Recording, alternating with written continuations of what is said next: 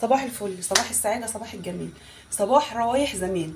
صباح هنعمل النهاردة فيه رز معمر بطريقة زمان وطريقة سهلة وبسيطة.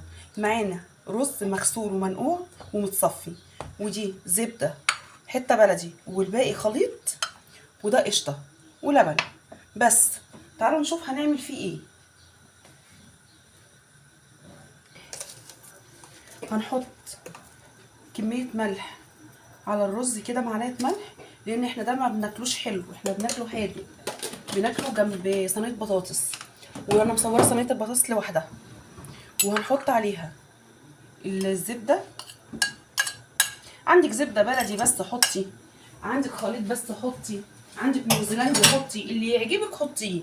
انا عشان خاطر ايه الزبده البلدي بتعب منها، فبحط معاها خليط. وممكن استغنى اصلا عن البلدي، يعني الناس العكس، انا لا. الناس ممكن تحطش غير بلدي بس، انا لا، ممكن استغنى عن البلدي عشان لو كلتها بتعب. وبعدين الزبده الخليط دي نوعها كويس وممتاز، وما تفرقهاش عن النيوزيلندي بالمناسبه. اقلب بقى ده كله كده في بعضه.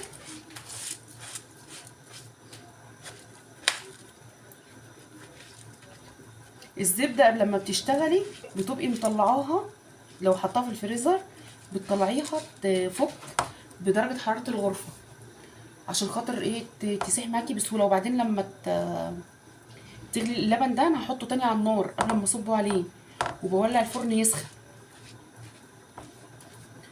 فانت لما اللبن هتغليه تاني وتحطيه، هتلاقي السمنه ساحت معاكي بسهوله يعني. احنا كده اهو بالمنظر ده.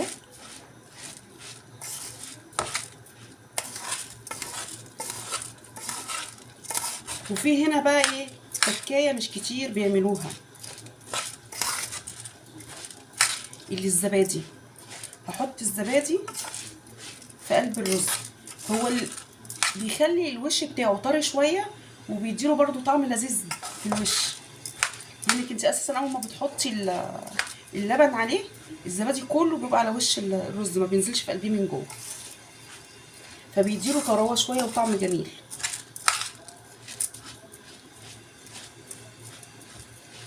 بالمنظر ده كده هحط اللبن على النار يغلي، وعشان كمان نفضي الزبادي ونشوف هنعمل ايه.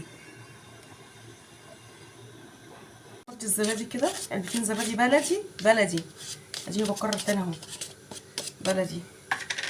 ممكن تكتري عن علبتين عادي يعني، مفيش مشكله. واللبن دلوقتي على النار هيغلي، لازم تحطي اللبن سخن، ما تحطيش اللبن بارد، ماشي؟ حطي اللبن سخن. اديني عدتها كذا مره. هقلب كده عادي، وبرده هيطلع هو ايه على الوش، مفيش مشكله. كده هجيب اللبن يغلي وهحطه قدامكم بعد قبل ما احطه في الفرن. كده بعد ما اللبن سخن اهو، هو مش سخن، انتوا شايفين طبعا البخار، انا غليته تاني. واقلب الاول قبل ما اشوفه ايه، احط اللبن في كله ولا لا. عاوز كمان شويه لبن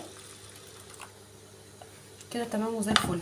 هحطه الاول تحت الشوايه، هياخد وش، وبعد ما ياخد وش بنزله تحت على نار عاليه نص ساعه، وبعد كده بوطي عليه واسيبه يستوي. هحطه في الفرن بقى واوريكم في الاخر بعد ما يخلص. وبكده بعد ما خلصت اهي، بصوا وشها احمر. الغرض بقى هنا من الزبادي، شايفين الحته الطريه دي بتدي طراوه لوش الصينيه، ما بتبقاش ناشفه، لان لما ده بيحمر ساعات بينشف الطبقه اللي تحتها، لكن الزبادي بيديها شويه طراوه. تعالوا بقى ندوق ونقول لكم ايه راينا، او ايه رايي بصراحه يعني. تعالوا كلوا معايا.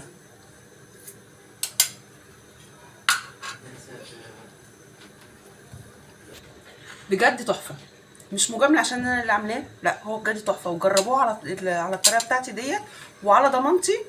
واشوفكم في فيديو جديد، ومع السلامه.